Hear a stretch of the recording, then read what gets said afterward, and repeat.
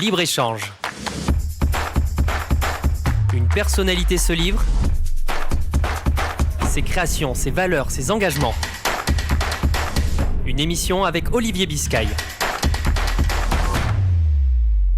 Bonjour à toutes et à tous, bienvenue sur Radio Aviva, bienvenue sur Libre-Échange, une émission en partenariat avec Midi Libre. Je reçois ce soir Éric Pinceau, bonsoir. Bonjour. Maire de Clapiers, vice-président de la métropole, délégué à la culture et au patrimoine historique. On va parler de la culture et des cultures, puisque le mois de mai donne le coup d'envoi des festivals. Un joli mois de mai qui se prépare, n'est-ce pas ? Un très joli mois de mai, en espérant que la météo se mette au beau, et pour accompagner tous ces beaux événements qui vont se dérouler sur notre territoire. En commençant par la Comédie du Livre, 10 jours en mai, et puis ça ensuite tous les festivals habituels qui font que l'ancienne ministre de la Culture, lorsqu'elle est venue, a dit que Montpellier était déjà une capitale européenne de la culture. En effet, avec beaucoup d'événements, beaucoup de diversité. Comment on prépare comme vice-président ce mois de mai, ce mois de juin aussi, parce qu'il faut le dire, les prochaines semaines vont être très chargées. Très chargées. Mais on accompagne toutes les associations, toutes les structures qui font et créent ces festivals. Qui repose à la fois sur des équipes expérimentées, sur des bénévoles, sur des structures que nous accompagnons fortement. Donc on pourra en parler plus en détail si vous voulez, mais la Comédie du Livre a véritablement évolué, vous l'avez suivi, puisque c'est devenu une Comédie du Livre 10 jours en mai, ça a pris de l'ampleur, donc ça dure plus longtemps, ça reste une manifestation métropolitaine sur le territoire, mais des partenariats ont été créés, des liens ont été créés, on va vers le cinéma, on va vers le théâtre, on va vers la musique. Donc tout ça est très positif. Avec des nouveautés cette année en 2024 autour de l'imaginaire. Voilà, il y a des nouveautés autour de l'imaginaire. Vous avez vu l'affluence à la conférence de presse de lancement qui a eu lieu, à laquelle j'ai eu le plaisir de participer aux côtés de Michael Delafosse. Donc un véritable souffle nouveau qui est incarné par cette Comédie du Livre notamment, alors qui démarre la semaine prochaine, en fin de semaine, pardon, dans quelques jours. Et puis ensuite, comme vous l'avez dit, toute une saison qui va aller jusqu'aux Jeux Olympiques, finalement, puisqu'on a légèrement décalé, vous l'avez remarqué, le Festival Radio France est légèrement avancé par rapport à d'habitude pour être compatible avec les Jeux Olympiques. Alors, le souffle nouveau, c'est l'expression que vous avez utilisée, et c'est véritablement le sentiment que nous avons tous dans la culture à Montpellier. On pourrait peut-être parler d'abord de l'Orchestre Opéra National, qui fait le pari du souffle nouveau, de la jeunesse, en nommant un chef américain, Roderick Cox, comme directeur musical. Il a 36 ans. Qu'est-ce que vous voulez faire de l'opéra ? Alors c'est un vrai sujet, c'est une vraie belle question. On a entendu beaucoup de choses sur l'Opéra Orchestre de Montpellier. Je crois que l'arrivée de Roderick Cox, que j'ai eu le plaisir de rencontrer très longuement, pas plus tard qu'hier après-midi, est un véritable souffle nouveau, parce que d'abord il incarne effectivement la jeunesse, et il incarne une nouvelle génération à la manette. Il va nous apporter beaucoup, j'en suis persuadé. Il veut travailler avec la direction de l'orchestre sur les publics, attirer plus de jeunesse, changer peut-être même quelques formats, faire jouer l'orchestre au-delà de la métropole, c'est-à-dire peut-être l'exporter. Alors ça, c'est un sujet plus délicat et qu'il faudra surveiller.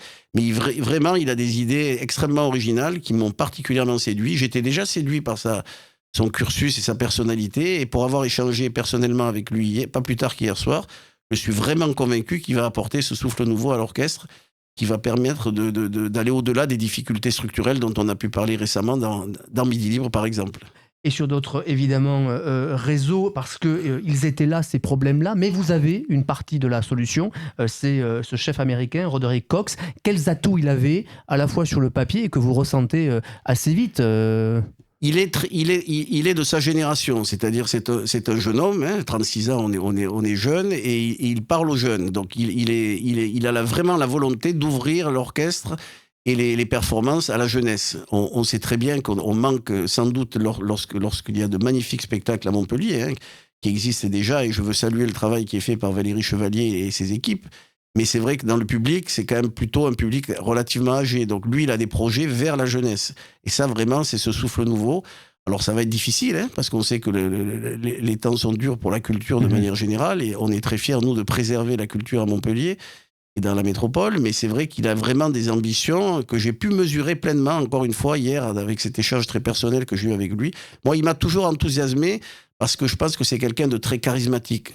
Et ce qui n'est pas toujours le cas pour les chefs d'orchestre. Il est charismatique sur scène, mais il est charismatique dans la vie. Vous l'avez vu à la conférence de presse de présentation. C'est un vrai personnage qui a déjà commencé à faire parler de Montpellier au niveau international. À travers même ses sites de réseaux sociaux, par exemple, où il dit qu'il est fier et heureux d'être à Montpellier. Donc, il valorise énormément notre territoire et je trouve que ça va vraiment être extraordinaire de l'avoir ici. Il n'arrive vraiment qu'en septembre. Il n'arrive qu'en septembre. Est-ce que les vrais changements, les premiers changements pourront se faire sentir dès la dernière partie de 2024 ? Je pense que ça sera plutôt en 2025, parce qu'effectivement, son agenda était très chargé il a été recruté par l'orchestre. Et là, il vient diriger la Bohème, ça ne nous a pas échappé, hein, qui sera joué au Quorum le 22, 24 et 26 mai prochain. Donc je pense que ce sera un opéra qui sera complet, hein, parce que les ventes, il y a beaucoup de ventes. Et ensuite, il revient en septembre, et c'est vraiment en 2025 qu'on va pouvoir prendre la mesure de sa présence plus régulière sur le territoire, parce que le chef principal, qui était Michael Swanberg avant lui devient directeur musical, donc il va porter une autre dimension au poste, mais il faut laisser quand même un peu de temps à son travail. Alors vous parliez, Éric Pinceau, d'échange avec Roderick Cox. On peut dire que votre mère était anglaise et que vous parlez l'anglais couramment. Voilà, j'ai la chance de parler anglais couramment, et donc j'ai pu passer 4 heures en sa compagnie, pour tout vous dire, hier soir, dimanche après-midi, pour lui parler un peu de la France aussi, parce que pour un Américain, même s'il vit à Berlin et qu'il est très attiré par l'Europe en général, il y a des spécificités françaises qui lui échappent, et donc j'ai essayé d'être un guide et de lui expliquer un certain nombre de choses en toute franchise. Voilà, parce que le challenge était levé pour lui aussi. Il a beaucoup d'ambition, nous avons beaucoup d'attentes, et il faut que tout ça se mette en route de manière positive. Qu'est-ce qu'il vous dit déjà de Montpellier, si vous pouvez en être le relais ? Il est frappé par la beauté du territoire, un peu déçu par le climat. Il faut dire qu'il n'a pas de chance. Non, c'est vrai, il arrive à la mauvaise période. Il est arrivé à la mauvaise période, parce qu'il m'a dit que il vit à Berlin en fait à l'année. Et Berlin est une ville un peu grise, m'a-t-il dit, surtout en hiver. Donc ces derniers jours ne l'ont pas conforté, mais il y a eu 1 ou 2 belles journées. Donc il s'est d'ailleurs précipité sur son compte Instagram pour mettre de très belles photos. Et avec l'architecture de notre cœur de métropole, Montpellier, il y a de belles choses qui sont ancrées. Il est très, très content d'être ici. C'est ce que j'ai retenu aussi de l'échange. Très content et très fier. Vous parliez de l'ambition culturelle qu'il va avoir au cœur de cet orchestre opéra national, mais que vous avez vous aussi, comme vice-président délégué à la culture et au patrimoine historique, au sein de la métropole. La culture, c'est important, c'est une priorité, c'est ce que vous rappelez, Michael Delafosse également. Voilà, avec Michael Delafosse, qui m'a fait l'honneur et l'amitié de me confier cette immense responsabilité, parce que c'est une énorme délégation, la culture.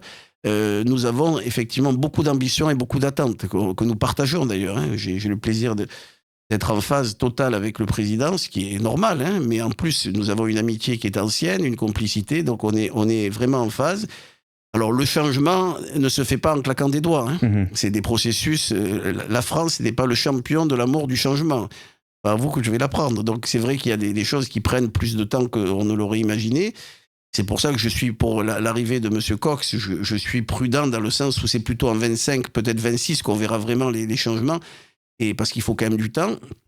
Donc nous avons engagé un certain nombre de réformes structurelles pour porter ce souffle nouveau, qui sont en route et qui porteront leurs fruits, j'en suis persuadé. Donc des fusions de services, d'organismes, d'institutions, voilà, c'est bien cela ? C'est ça.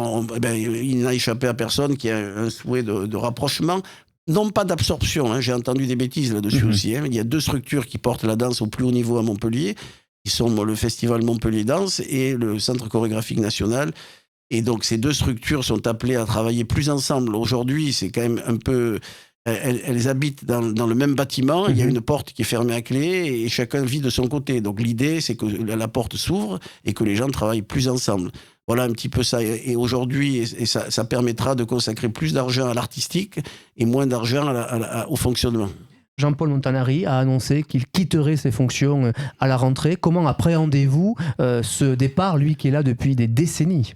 Alors j'étais évidemment présent lorsqu'il a annoncé au conseil d'administration son départ. C'est un moment d'émotion parce que tout le monde sur le territoire a beaucoup de respect pour Jean-Paul Montanari, pour tout ce qu'il a apporté. Et donc je me suis exprimé au nom de la métropole pour lui dire notre reconnaissance et notre admiration pour tout ce qu'il avait fait.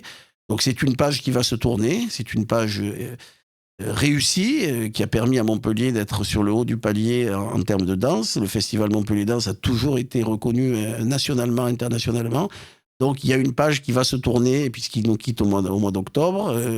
Et donc il faut en écrire une nouvelle. Donc une suite qui se prépare. Une suite se prépare. Je ne peux pas trop en parler aujourd'hui puisque je n'ai pas particulièrement d'éléments précis, mais il va y avoir une suite qui va s'écrire forcément différemment, avec d'autres personnalités, d'autres acteurs. Et je suis persuadé que Jean-Paul gardera un petit regard sur tout ça. Tout en gardant évidemment une ambition pour la danse, parce que c'est un des éléments forts Un élément de ce très territoire. très fort de ce territoire. Alors vous savez, quand j'ai été appelé à ces fonctions qui sont pour moi un très grand honneur, je dois le dire, j'avoue que ne pas être compétent dans tous les domaines. La culture est très vaste. Alors j'ai une appétence de toujours que j'ai hérité de mon père d'ailleurs, pour la culture, mais c'est un domaine. Alors moi je n'étais pas du tout spécialiste de la danse et Jean-Paul m'a fait découvrir beaucoup de choses, et pas qu'à moi, à des milliers de Montpelliérains et de métropolitains. Donc effectivement, on apprend tous les jours. Voilà. Ce vent nouveau dont on parle souffle aussi sur le Festival Radio France. Vous avez là aussi beaucoup d'ambition, d'attente avec la nouvelle direction. Voilà, donc depuis l'année dernière, il y a effectivement Michel Aurier qui dirige le festival, qui est une personnalité nationalement, internationalement connue, et qui apporte ce souffle nouveau que Michael Delafosse souhaitait. Alors le festival se recentre beaucoup sur la métropole, sur le territoire, notre territoire, en accord avec la région, puisque la chance qu'on a aujourd'hui, c'est de travailler sans doute en meilleure intelligence avec la région que ça n'a pu être le cas par le passé. Donc les dossiers sont mieux partagés. Et donc aujourd'hui, la région nous accompagne et nous avons ce festival qui a un vrai souffle nouveau. Alors cette année, il est un petit peu décalé dans les dates à cause des Jeux Olympiques, mais il porte une ambition forte. Vous avez pu, la conférence de presse a eu lieu il y a quelques semaines. Eu lieu il y a quelques semaines. Je n'ai malheureusement pas pu y être présent, mais vous avez vu qu'il y a vraiment une très belle programmation qui s'annonce pour l'été. N'oublions pas évidemment le Printemps des comédiens, qui est là aussi une autre étape forte de la culture. Voilà, alors le Printemps des comédiens est plus ancien, mais il fait partie des projets de restructuration qu'on porte avec le Domaine d'eau, puisqu'on souhaite créer une cité européenne du théâtre. Et Jean Varela est missionné pour cela. Et donc, effectivement, le printemps approche et c'est un moment qui est mieux installé dans la vie montpelliéraine et métropolitaine et qui rencontre toujours un grand succès. Autant de moments forts qui avaient illustré la pertinence de votre candidature, la candidature de Montpellier au label Capitale Européenne de la Culture. C'était il y a quelques mois. Alors Montpellier n'est pas capitale européenne de la culture, même si en effet l'ancien ministre de la Culture avait considéré qu'elle était déjà capitale européenne de la culture. Qu'est-ce qu'il reste de cette dynamique, Éric Pinceau, qui, on l'a vu, a pris partout sur l'ensemble des territoires? Il y avait une belle candidature entre Montpellier, Sète et des communes avoisinantes. Absolument, ça a été une aventure extraordinaire en un temps record, puisque les autres métropoles et villes s'y préparaient depuis bien plus longtemps que Montpellier. En un temps record, grâce à la mobilisation de toutes et tous, nous avons fait un travail qui méritait d'être salué. Effectivement, vous venez de le faire. Et ce que je retiens essentiellement, c'est le travail collectif qui a été mis en place. Pour une fois, dans ce territoire où il y a eu tant de polémiques et de déchirements, vous êtes un observateur avisé, Olivier, de la vie politique locale. Pour la première fois depuis toujours, Montpellier a travaillé main dans la main avec Sète, alors qu'il n'y a pas bien longtemps, les maires ne s'adressaient même pas à la parole, j'exagère à peine. Nous avons travaillé avec tout le territoire. C'était pas que la candidature de Montpellier, c'était la candidature de Montpellier, du Centre-Hérault, de Lunel, de toutes ces communes, 154 de mémoire, le département et la région avec nous.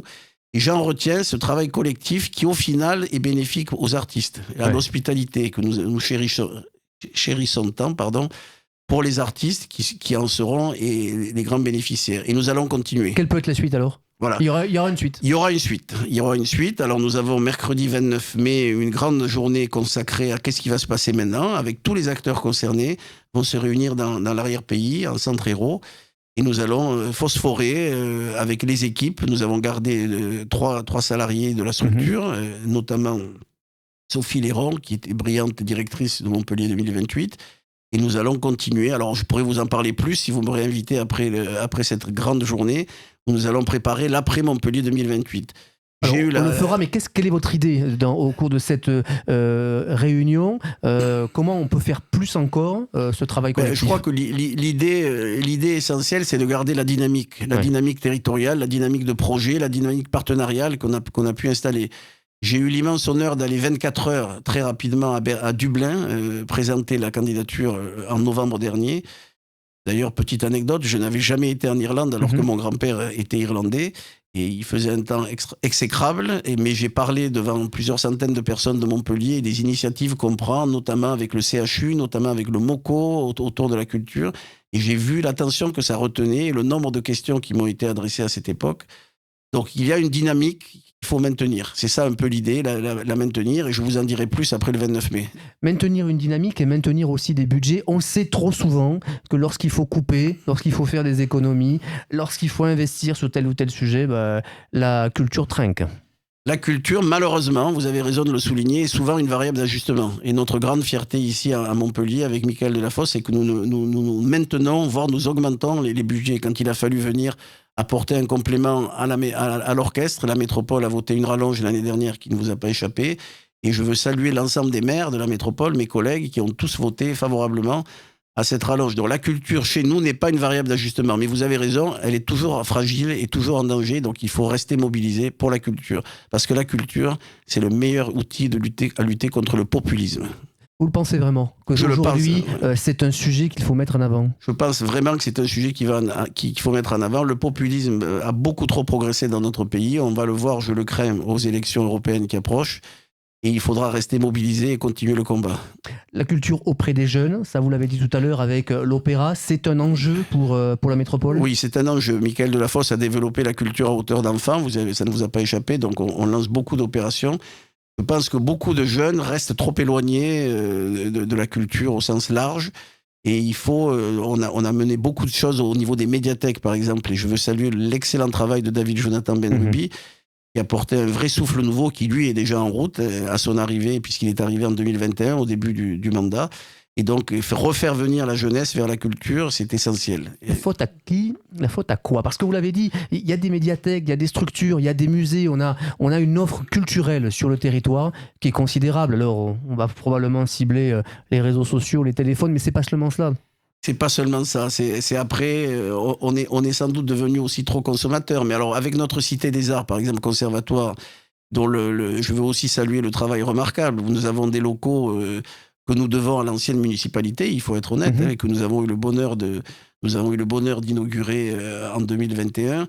Il y a de plus en plus de jeunes qui le fréquentent, la capacité est augmentée, et donc ça fait partie des choses essentielles. Ça perd l'hypopète qui vient de se dérouler ce week-end, donc des manifestations pour la jeunesse qu'il faut absolument développer. Pourquoi ils viennent moins, les jeunes? C'est une vraie question de société aujourd'hui. Je pense que c'est pas spécifique à la France et à Montpellier encore moins, parce qu'il y a beaucoup ici. Mais effectivement, rendre les gens plus acteurs et moins consommateurs. Les réseaux sociaux jouent sans doute un rôle, mais c'est trop facile de mettre tout sur les réseaux sociaux. Donc il y a un travail, une réflexion à mener, et c'est un vrai sujet. En tout cas, pas forcément le prix, puisque beaucoup des manifestations organisées sur ce territoire sont gratuites. Pas forcément le prix. On reste très attentif à avoir une politique tarifaire qui soit accessible au plus grand nombre. Donc ça, c'est effectivement un vrai sujet. Ce n'est pas, à mon avis, la raison. Vous avez raison de le souligner. Éric Pinceau, j'oublie pas que vous êtes le vice-président délégué au patrimoine historique et vous avez à ce sujet réuni les 31 adjoints de la métropole pour leur parler patrimoine. Absolument, là vous êtes bien informés. La semaine dernière, nous avons réuni l'ensemble des adjoints élus et techniciens chargés du patrimoine dans les communes.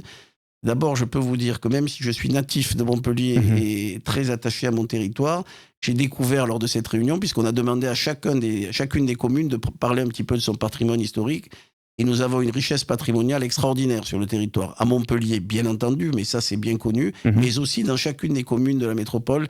À chaque endroit, il y aura un calvaire, il y aura un petit monument, un petit objet qui fait l'objet. Et donc nous avons, avec mes amis Renaud Calva et Michael Delafosse, dédié un fonds à la conservation du patrimoine métropolitain.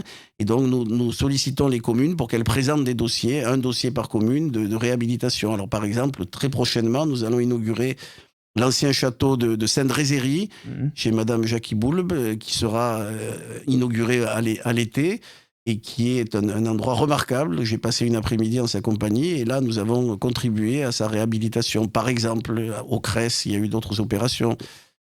Donc là, c'est important, en effet, très important. De préserver et puis de faire connaître auprès de la jeunesse, comme on en parlait tout à l'heure. Ça, c'est très important, parce qu'on a la chance et la richesse de vivre sur un territoire qui a beaucoup de patrimoine, qu'il faut mieux valoriser, sans doute. Éric Pinceau, on évoque en ce moment, depuis quelques jours en tout cas, le danger qui pèserait sur la liberté d'expression dans notre pays. Vous qui êtes vice-président délégué à la culture et donc aux expressions, vous avez ce sentiment qu'en France, notre liberté d'expression est en difficulté et mise à mal? Alors, c'est une question difficile que vous me posez parce qu'effectivement, on pourrait en parler longuement. La France a connu ces dernières années, en tout cas au niveau politique, d'énormes chamboulements, hein. L'émergence du président de la République et sa formation politique, l'affaiblissement des partis et donc la décrédibilisation de la parole publique ont contribué sans doute à cela. Plus, et ça je le note en tant que maire, une facilité à dégager les politiques, à être irrespectueux. Par exemple, moi j'ai la chance d'être le maire d'une commune extrêmement agréable, dans laquelle 98% des habitants sont très polis et très agréables, mais il n'est pas impossible aujourd'hui de se faire alpaguer de manière désagréable. Donc la parole, je ne sais pas si elle est plus musclée, en tout cas elle est plus libre. Pour moi, elle est plus libre, elle est sans filtre. Les gens parlent sans filtre, on insulte plus facilement, on est désagréable de manière plus facile. Donc la fonction de maire, par exemple, est beaucoup plus difficile aujourd'hui qu'elle ne l'était. Et je suis en totale compassion avec les collègues qui se sont fait agresser. Ce n'est pas mon cas, loin de là. J'ai la chance d'être un garçon de terrain et donc j'ai d'excellentes relations avec... Mais je vois que c'est certains comportements plus agressifs. Quand j'ai lu des articles où on disait qu'on vivait en dictature... C'est pas le cas quand même. Ce n'est quand même pas le cas. Moi, j'ai dit aux gens, allez voir ailleurs. Ouais, on peut tout dire aujourd'hui, on peut tout écrire et tout montrer. Absolument, absolument. La presse est libre, vous avez la liberté de la presse à laquelle on est fondamentalement attaché. Nous sommes fondamentalement attachés à la liberté artistique. C'est-à-dire que moi, et ça, on est tous en phase à la métropole là-dessus, les politiques ne se mêlent pas de l'artistique. Le choix du chef d'orchestre de l'opéra, il relève du choix de l'orchestre. Ça veut dire aussi qu'une exposition au MoCo, à la Panacée, qui sont des lieux extraordinaires à Montpellier, eh bien, ne sont pas de votre fête, mais bien de Nuremberg. Vous faites bien de le souligner, puisque j'ai l'honneur d'être le président du MoCo. À aucun moment, je ne donne mon avis. À aucun moment, je ne donne mon avis ni sur les recrutements des collaborateurs de la structure, même si c'est moi qui signe leur embauche, ni, bien entendu, sur l'artistique. L'artistique est libre. Donc, quand les gens disent que la parole est muselée, etc., en tout cas, à mon niveau, je ne le ressens pas, non. Donc une liberté d'expression, en effet, qui est au cœur du débat. Vous en parliez comme élu et maire de Clapiers depuis bientôt 12 ans, c'est ça? Depuis 2014, donc, ça fait 10 ans. Bien 10 ans. Ouais. Est-ce que vous imaginez déjà la suite, vous aussi? Est-ce qu'en 2026, vous serez candidat à Clapiers? Alors sincèrement, je ne peux pas vous répondre. Alors vous allez me dire que c'est comme tout le monde, la langue de bois, etc. Je suis suffisamment jeune pour envisager de faire un 3e mandat, mais je n'ai pas formellement pris ma décision aujourd'hui parce que ce sont des vies, la vie de maire et la vie d'élu n'est pas aussi simple que ce que les gens imaginent. Et il y a beaucoup de contraintes, donc c'est une question que je veux évoquer avec mon épouse et partager avec elle notamment et mes proches. J'ai une vraie passion pour la commune de Clapiers, où d'une manière ou d'une autre, je suis investi depuis mon plus jeune âge. Et donc, effectivement, si je venais à renoncer, ce serait... Mais je n'ai pas formellement pris ma décision, parce que c'est dur. C'est dur aujourd'hui. On a de moins en moins d'argent dans les communes, on a de moins en moins de moyens, et de plus en plus d'attentes de nos concitoyens. Donc, l'équation n'est pas simple à résoudre. Et la charge est quotidienne. Et la charge est quotidienne et permanente, y compris les jours fériés. Oui, évidemment, et pas forcément la reconnaissance attendue, toujours. La reconnaissance, il ne faut pas trop en attendre, effectivement. Puis les gens, ce que je dirais aujourd'hui, mais ça c'est vrai pour beaucoup de choses, les gens ont peu de mémoire. Donc, ça marche dans les deux sens. Quand ça ne va pas, on ne s'en souvient pas longtemps, et quand ça va bien, on ne s'en souvient pas non plus. Donc effectivement, il ne faut pas attendre la reconnaissance, il faut le faire avec passion. Moi, je suis un passionné pour ce que je fais. J'ai mis ma carrière professionnelle entre parenthèses. Vous étiez principal de collège? Voilà, j'étais jusqu'en 2020 principal de collège, un métier que j'aimais beaucoup, et j'ai toujours beaucoup de bonheur à croiser mes anciens élèves à Montpellier, puisque j'ai dirigé un collège de centre-ville. Mais c'est vrai que il faut Clémence Royer, on peut le dire? On peut le dire. Clémence Royer, le collège artistique de Montpellier, dans lequel on a fait des choses extraordinaires. Et j'ai toujours beaucoup de plaisir à croiser mes anciens élèves, et ça me manque d'ailleurs. Donc effectivement, c'est un sacerdoce d'être maire. Il faut le dire. Voilà. C'est un sacerdoce comme beaucoup de métiers. Je voudrais qu'on termine avec votre regard sur l'enseignement, les professeurs. On sait combien ils sont là aussi la cible. On parlait tout à l'heure de la liberté d'expression. On parlait parfois de la vindicte d'élèves, de parents. On l'a vu encore ces dernières semaines. Encore un métier qu'il faut protéger. Un métier qui n'a pas été assez protégé, un métier qui n'a pas été assez valorisé, tant sur le plan statutaire que financier. Un métier qui a perdu toute son attractivité. On le voit aujourd'hui, il y a de moins en moins de candidats au concours, et on peut le comprendre, parce que c'est un métier qui est devenu difficile. Regardez le malheureux épisode qu'il y a eu au collège Arthur Rimbaud à Montpellier. Évidemment, j'ai une pensée pour l'élève et la famille, pour Samara. Mais vous avez vu comme moi le déferlement de commentaires négatifs, à la fois alors que je sais que les collègues, les professeurs de cet établissement sont très mobilisés contre le harcèlement. Et bon, pour être très honnête, j'ai été surpris de voir la maman sur les écrans alors que sa fille était à l'hôpital. Mais ça, c'est un commentaire plus personnel. Si j'avais été à sa place, j'aurais été auprès de ma fille à l'hôpital avant d'aller sur les écrans. Mais ça, c'est la société de la médiatisation, c'est BFM TV, c'est tout ça, tout ce qui a pris le dessus aujourd'hui. Mais c'est vrai que j'ai beaucoup de respect pour les professeurs. C'est un métier qui a beaucoup évolué, beaucoup évolué. Peut-être que l'éducation nationale n'a pas assez évolué et manque un peu de souplesse. Mais en tout cas, bravo aux collègues et aux professeurs de l'éducation nationale qui sont en première ligne de beaucoup des maux de la société d'aujourd'hui. Merci beaucoup Éric Pinceau, maire de Clapiers, vice-président de la métropole, délégué à la culture et au patrimoine historique. Vous étiez mon invité ce soir. Merci beaucoup. Merci monsieur Biscay. Libre-échange. Une personnalité se livre. Ses créations, ses valeurs, ses engagements. Une émission avec Olivier Biscay.